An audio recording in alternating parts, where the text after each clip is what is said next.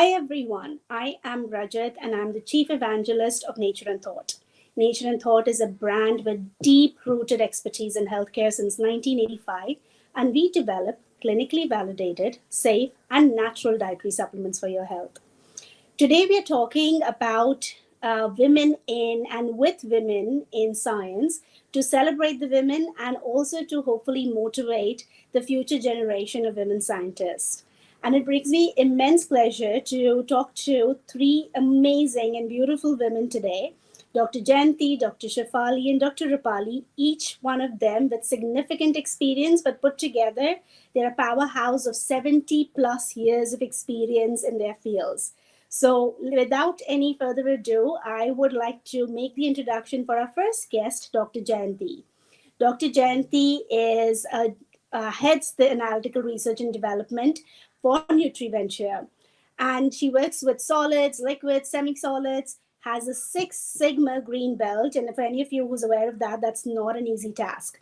She's applied her expertise to resolve analytical variations across laboratories and holds an MSc in organic chemistry from University of Mumbai and a PhD in analytical chemistry from UD City, Mumbai. If you come across her in the lab, she would maybe look like one of those mad scientists with the test tubes. So unlike a lot of us who don't really enter a lab, she actually spends significant amount of her time in the lab. So let me go ahead and add Dr. Jayanthi. Hi. Hi, Rajat.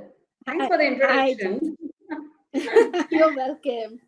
So, Dr. Jayanthi, to quickly kickstart things, tell me about what got you into science and how has your career evolved? Science basically it interests me a lot. I mean, it has got a lot of depth. So, I'm very curious about what goes around. So, science is something which is there around us. So, that is what interests me. And since childhood, probably I have been a little bright child since childhood. So, that pushed me towards science. And that is why I'm here probably today. Amazing. And So, curiosity and being more academically inclined were your two superpowers, I'm assuming, that got you yeah. here. And but how has your where did you start your career journey and where have you gotten to now and Yes. what keeps this exciting for you? Yes. So I mean, when you're talking about career, I can it goes back to the days when I started as a fresher from the college, when I was a bench scientist working in the lab, and eventually the journey towards team lead, what I am today, heading the department. So it's basically career evolution for me is the journey of a big picture, like towards the big picture. So that is what I have been doing, and I have long way to go. Although I know I have come long way, still more long way to go. And I enjoy what I do because I love being in the lab, playing with different colored liquids, and developing methods. So that is something which makes me curious, which I enjoy. So I enjoy my work. I can say I have that passion for chemistry. Amazing. I wish I was one of you. Chemistry was my nemesis in college, but I loved math. So, but yeah, I wish I had a mentor like you when I was younger. Tell me now, how far do you push the boundaries of science, whether it is at work or at home? And maybe something that, how do you apply your science background outside of work? Okay. Science, if you take the road to science, it is infinite, I'll tell you. I mean, there is no end to it. So everywhere there is science. You breathe science, you eat science. So at home, when you're cooking, when you're bathing, when you're driving, so everything, everywhere there is science around. So I think we cannot, get away from it. So it's there all around us. So that is what keeps you pushing. So science has answers for everything. So that is what I feel. I loved what you said, and I love the analogy. I mean, the kind of way it really made me think about it, about how the path to science is kind of infinite. And I do agree. Like, I feel like I don't know ever humankind is going to reach to a point where we know everything, right? There's always Exactly. something new to Exactly. learn and understand. No, Right. fantastic. Now, I have a fun question for you. And the fun Okay. question is that if you had to Tell me that you're a scientist without telling me that you're a scientist. What would you say you're doing? Okay. Okay, interesting. I would say if you want to know what goes inside a tablet, inside a capsule, inside the food supplement, come to me. I will test and let you know what is inside. So that is what describes me actually. So that is what it is. Amazing. Thank you so much, Jayanthi. It was a pleasure. And I do have one parting question for you.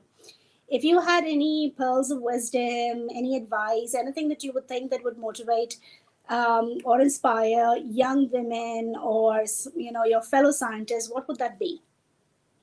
Well, my message for especially women, because what I've seen, like being a woman, I see generally we have an attitude to sacrifice, to let go, so we give Mm. in.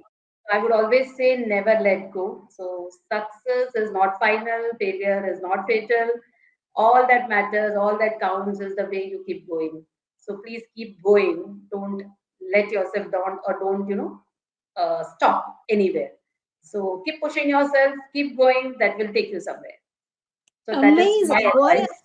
Yeah, what a powerful thought, because I do agree and I completely agree. I mean, our specific disposition does, um, set us up for certain successes too. But I think sometimes it can also cause us to, be the sacrificial goat, or, not, Yes. give in a little bit easily. So I love that spirit. And I'm so glad that I get a chance to work with you, Janti. Yeah. Yeah. Same All here. right. Same here, Rachel.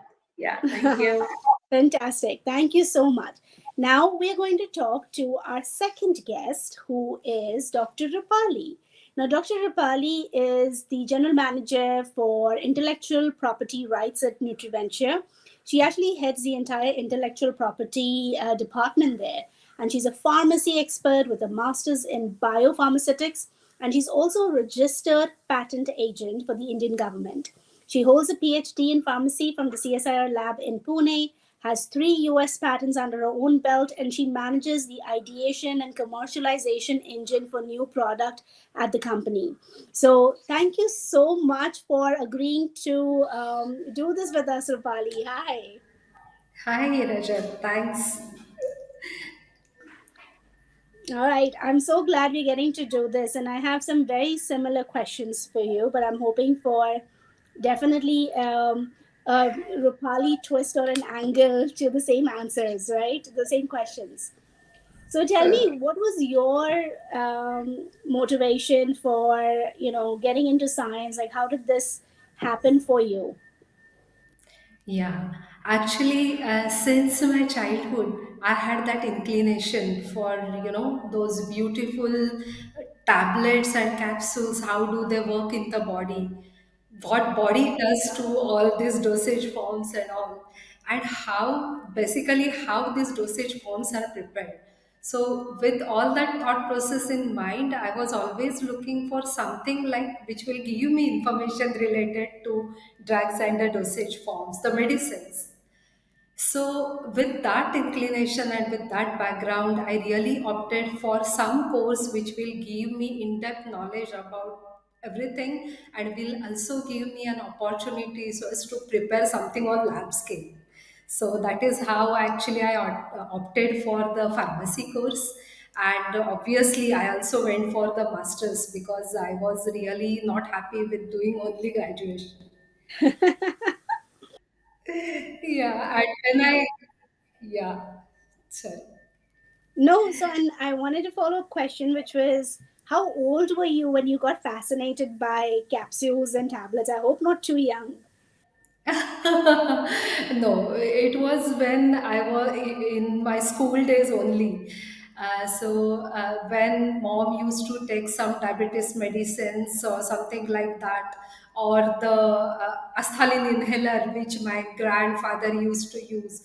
So I always got fascinated with exactly what happens, how the spray is coming out, how that particular capsule is there, why the granules inside. So all those curious mindsets and everything. So that led me to that inclination.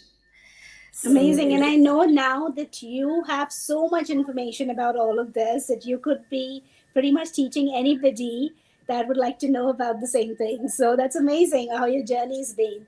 And tell me how your career has evolved. Where did you start? Where are you today? And what kind of keeps things exciting for you? yeah, actually, what happened is after doing my PhD, when I really got shifted to the industry and all. So that time, I really wanted to start with some hands-on experience for formulation, having some lab trials, doing some work in the labs as to formulate and everything. And then while my doing my research work also in the PhD, I had my own US patents filed. So that was combo of both, right? So having a mindset of formulation scientist and also having knowledge of the patents, so I wanted to combine the both, and that is how I really wanted to work in the both the fields. And I got the opportunity also, and then slowly I shifted completely into the patents. No, amazing. And I'm amazed that I didn't know that your patents that you filed were actually part of your education and not something that happened later. So that's amazing to find out. Yeah. Thanks, Rachel. Yeah.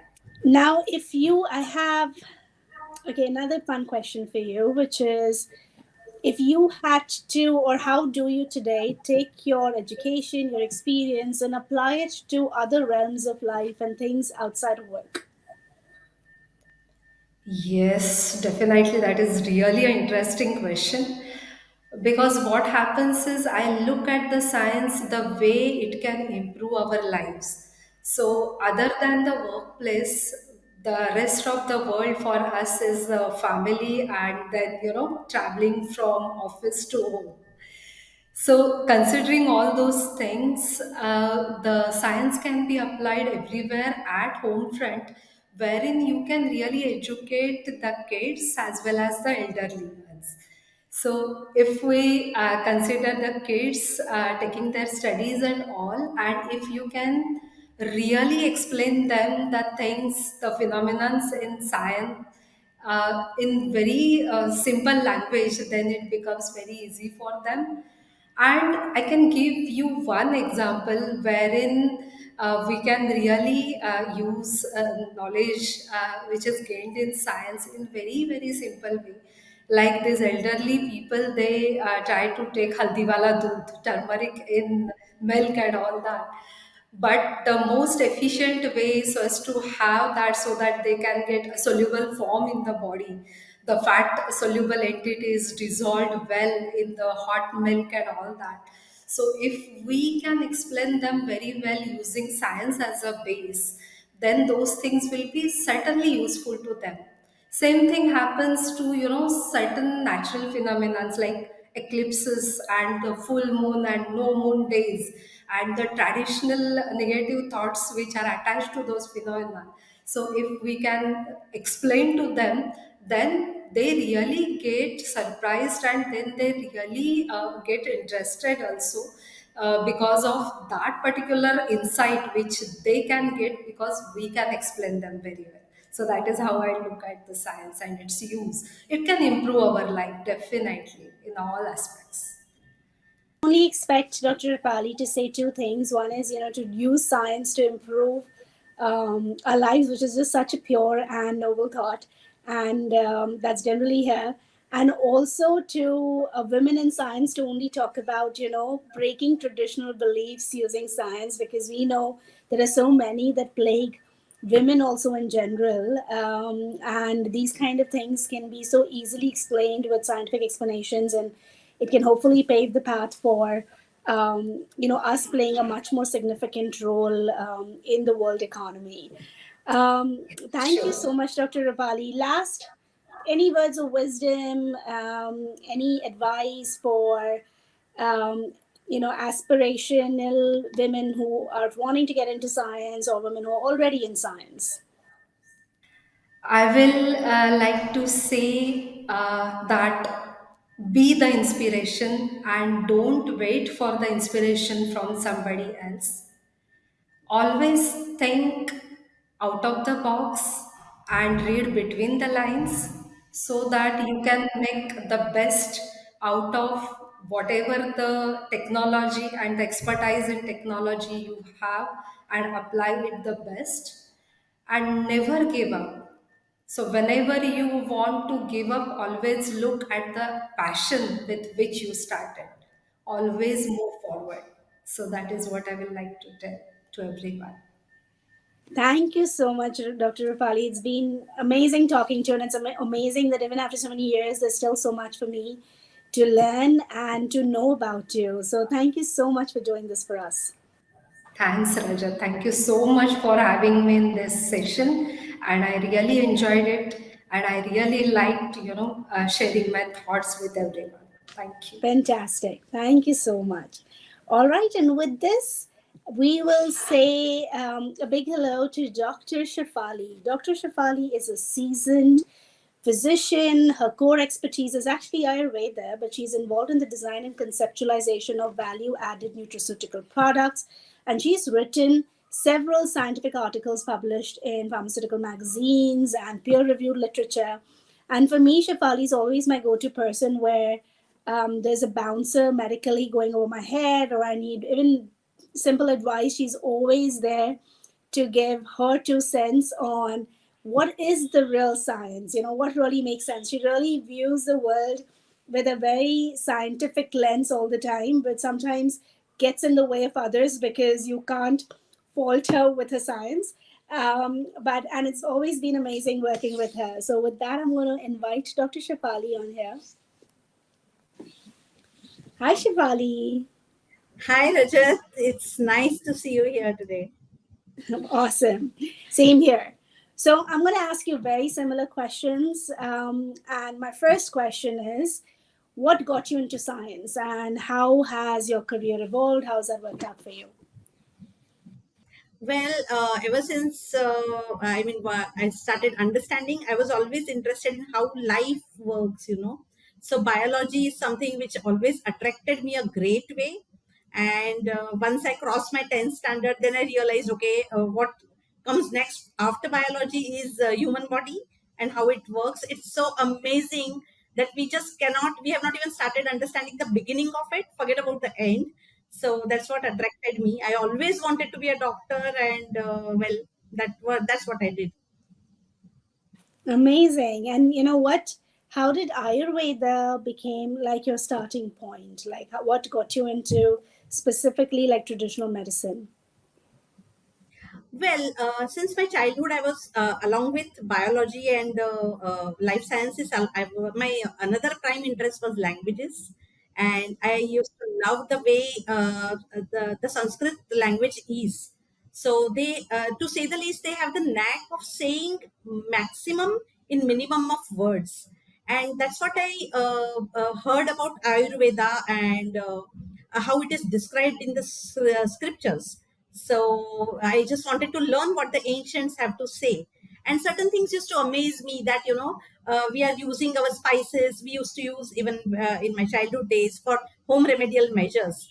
So it used to be a great curiosity that how ancients must have found out how each of these spices work in a medicinal way. So that's what, attracted great interest in Ayurveda for me. It's amazing that I have spoken to a couple of people, a couple of women over the last few days on this topic, and pretty much the common thread for everyone is curiosity. So we definitely see that as a common motivation for what gets them into this field, because, and I think that's for anything, it depends on what your curiosity is about. But definitely, I can see how that got you started on this path. So, how far do you take your training in science, and where do you apply it outside of work? Well, since I'm an Ayurvedic physician and also we are trained into diagnostics, into therapeutics. So, in several areas, this training has its effect, direct or indirect. So, to talk about Ayurveda, when you enter kitchen, you know that, each herb, I mean, when people say that, okay, antioxidants, so I know that I should be putting enough or a particular combination of spices which will give me antioxidants. If I add certain spice or to avoid certain food items which are going to cause derailment in my tridoshas, or some food that will increase my vata or kapha, like that. So that is very inherent after years of practice and after years of learning. Being a doctor also makes a person very compassionate. So we are taught to look at every patient with a great compassion. If patient says something to you when he is into pain or into any trouble, you cannot respond back like that. So you have to take it in your stride. Okay, let him say whatever he says. So that kind of compassion also becomes slowly and gradually inbuilt within the system. And of course, diagnosis, yeah, it's a part of our daily thinking process. It's amazing. I wish then in that case that the world was full of doctors like you, because the world can certainly use a lot more compassion. Everybody can be definitely more compassionate towards each other, and I can see how that training could have helped you. And I wish there were more people like you who would be that compassionate. So tell me now if so I have a fun question for you, which I've asked the other women too. But tell me that you're a scientist without telling me you're a scientist. Well, I'm going to tell you one recipe.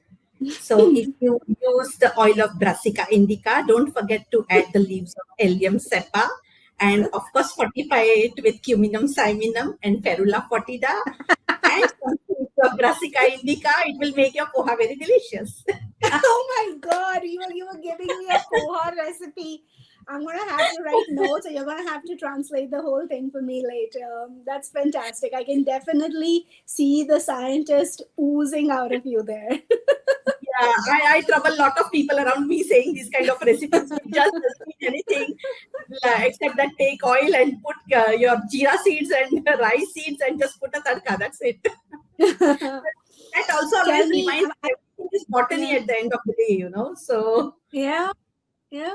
No, I agree. It's like with my training originally in technology. When I start talking hardcore tech, and everybody's like and they so I'm known in the circles as the gadget girl, right? So, and nobody, like, people don't get, but I'm like, it's obvious, right? You're going to use technology to improve lives. And for absolutely. me, it's always That's very about obvious for you, but like similarly, we will just not understand that. that. Okay, tell me something now. Just one last kind of a parting, and will have a little surprise question out of syllabus for you later. But tell me, if you have any words of wisdom, any advice, any motivational, things that you think would help aspire the future generation of scientists, or even your fellow scientists. Well, what I have experienced in my life, that whenever you are pursuing your passion, whether it is medicine, whether it is art, and of course medicine is art. So at that time you have to consider only your passion, and not that whether you are a man or woman, because each gender, I feel, has their own limitations and their own positives. So use your positives to the best, and just don't concentrate on your negatives, which can be natural, which can be imposed. But just pursue your passion, and I'm sure one day you will be there. Right. I think there's so many of us that I think need to hear that. And I think we'll have a completely separate discussion once on the statement you made about how medicine is art. Because I, for one, would surely love to see you color outside the lines. Now, Sure. tell me one final thing is, in your true sense, tell me something in Sanskrit that is Ayurveda, to so that we can end our conversation on a positive note. Absolutely. So I will say the verse which is very close to my heart and which I try to remember all the time. It's too big to implement. If I can implement, I think it will be great. So the verse goes as amantram aksharam nasti, nasti dravyam anaushadham, ayogyo purusho nasti, yojakas tatra durlabha. It means that there is no word, no syllable which cannot be converted into the positiveness of a mantra, There is no substance in the world which cannot be used as a medicine. There is no person on the earth who is useless. The only thing which we all lack is the right user. Saying, oh my God, that's so profound. Like, I'll have to sit with it overnight or maybe significantly longer. I don't think I'll get it even overnight, but to definitely like comprehend and understand, because that had so many different dimensions to it. So thank you Absolutely. for those wonderful words, Tripali. It's always a pleasure. Thank you so much, Rajat. Thanks for having me here today. Thank you. Thank you. Take care.